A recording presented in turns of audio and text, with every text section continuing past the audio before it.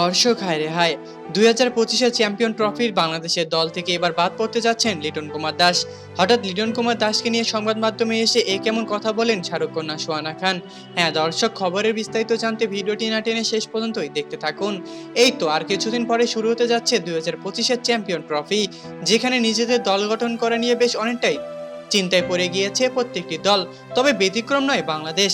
বাংলাদেশও নিজেদের বাংলাদেশও নিজেদের দল গঠন করে নিয়েও বেশ অনেকটা চিন্তায় পড়ে গিয়েছে যে এবার 2025-এর চ্যাম্পিয়ন ট্রফিতে সাকিব আল হাসানকে নিজের দলে পাওয়া যাবে কি যাবে না।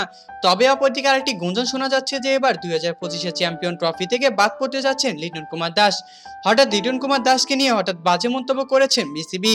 তবে কেন যে করেছেন তা এখন পর্যন্ত সঠিকভাবে জানা যায়নি। অপরদিকে লিটন কুমার দাসকে নিয়ে হঠাৎ সংবাদ মাধ্যমে এসে শাহরুখ খান সোহানা খান বলেন, লিটন কুমার দাস যদি এবার বাংলাদেশের দলেই না থাকে তাহলে তারা কোনোভাবে চ্যাম্পিয়ন ট্রফি জিততে পারবে না। কেননা আমি যতদিন পর্যন্ত লিটন কুমার দাসকে চিনতে পেরেছি, নিজের দলকে সে একাই জিতিয়ে দিতে পারে, ঠিক যেরকম সাকিব আল হাসান খেলেছিল। তো দর্শক, হঠাৎ লাইভে এসে শাহরুখ খান সোহানা খানের এমন কথাবার্তা আপনাদের কাছে কেমন লেগেছে তা অবশ্যই আমাদেরকে কমেন্ট করে জানাতে একদমই ভুলবেন না। ধন্যবাদ।